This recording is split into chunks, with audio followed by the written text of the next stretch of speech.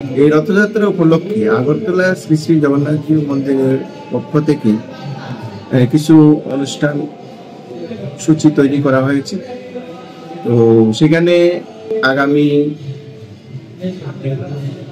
30 June থেকে মানে আগামীকাল থেকে 5 দিন ব্যাপী ধর্ম মহাসভা চলবে। প্রথম অধিবেশন 30 জুন হবে।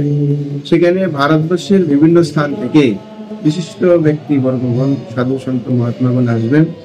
ওনারা সেই সভায় যোগদান করবেন এবং ভগবত বিষয়ে, আত্মতত্ত্ব বিষয়ে, জীবের বাস্তব জ্ঞান সম্বন্ধে ওনারা ওনাদের অনুভবের কথা ব্যাখ্যা করে বলবেন।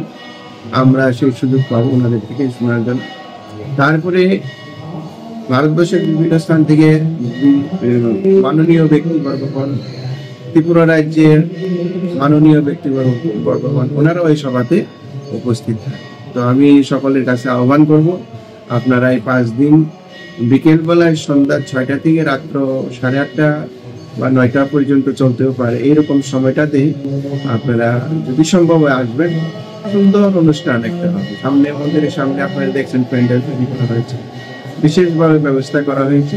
সেখানে আমরা চাই রাজ্যবাসী সকলের মনেতে একটা সুন্দর ভাব তৈরি হোক, সুন্দর জ্ঞান লাভ হোক, ভগবানের বিষয়ে জানো, সকলের সঙ্গে সুন্দর সম্বন্ধ তৈরি হোক, সবাইয়ের সঙ্গে একটা আমাদের আনন্দময় সম্বন্ধে নিয়ে আমরা আনন্দে থাকতে চাই। এটা আমাদের উদ্দেশ্য।